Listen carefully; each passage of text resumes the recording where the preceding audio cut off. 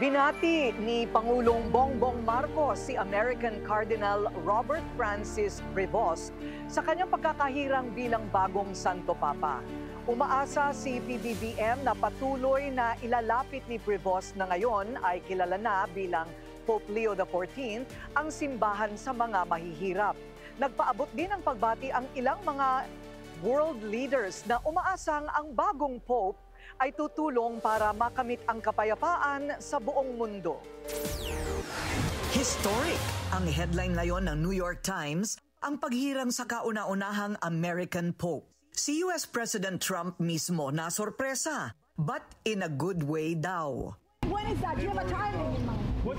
They have already spoken to us and we'll see what happens. But again, to have the Pope from the United States of America, that's a great honor. That's a great honor. Sir, had you asked before? Sir, had you... I'm watching and they said he's from America. I said, that's great. A momentous day naman daw para sa mga Katoliko ang pagpili sa bagong Pope. Ayon sa Prime Minister ng Australia. This is a moment which will bring joy and hope to Catholics everywhere. May the papacy of Pope Leo advance the cause of peace and social justice for all humanity. As the first North American Pope, Pope Leo XIV's leadership comes at an important time for the Catholic Church and for the world. I will invite His Holiness Pope Leo to Australia for the International Eucharistic Congress, which is being proudly hosted in 2028. Nagpaabot din ng pagbati ang ilan pang mga world leader. Ang Pangulo ng Israel pagtitibayin daw ang relasyon sa Holy See at ang pagkakaibigan ng Jews at ng mga Christian. Umaasa pa rin siya na makakatulong ang bagong Pope para magkaroon ng kapayapaan sa buong mundo, lalo na sa gitnang silangan. Kapayapaan din ang panawagan ng Pangulo ng Ukraine at mahalaga daw ang posisyon ng Holy See sa international law at sa pag-atake ng Russia. Ang Prime Minister ng Spain umaasang ipaglalaban ng bagong Pope ang human rights sa mundong nangangailangan ng pag-asa at pagkakaisa. Mensahe naman ng European Parliament kay Pope Leo XIV, may your leadership be a beacon of hope, unity, and peace. Ang Prime Minister naman ng Hungary, simple lang ang mensahe. We have a new Pope, a new hope.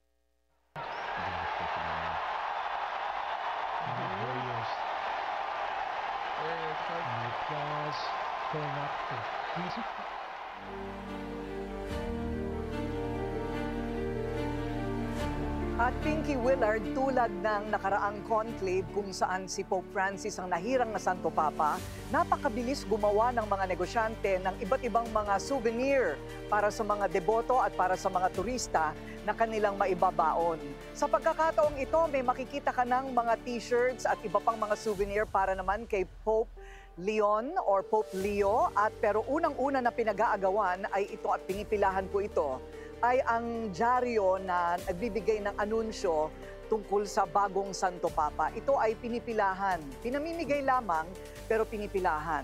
At ang kabuuan ng mababasa dito, at mag-uuwi ako ng kopya para sa inyong dalawa, ay puro tungkol sa kasaysayan ni San Pedro na kauna-unahang Santo Papa ng Simbahang Katolika. Puro tungkol kay San Pedro itong nasa loob, kasaysayan, at para bagang pinaaalalahanan ng buong mundo kung ano ang posisyon at ano ang kahalagahan ng isang Santo Papa. Huling pahina na lamang ng dyaryo ang tungkol naman kay Pope Leo. Ayan. Sa ating pagbabalik ay makakausap naman natin si Ambassador Myla Grace Macahilig na siyang Philippine Ambassador to the Holy See na personal na nakilala itong bago nating Santo Papa. Corina, thank you dyan sa magiging pasalubong mo sa amin ni Willard. Si Willard ay tuwang-tuwa, pati na rin siyempre ako. Maraming salamat. Corina Sanchez Rojas, babalikan ka namin maya-maya lamang live mula po dyan, of course, sa Vatican.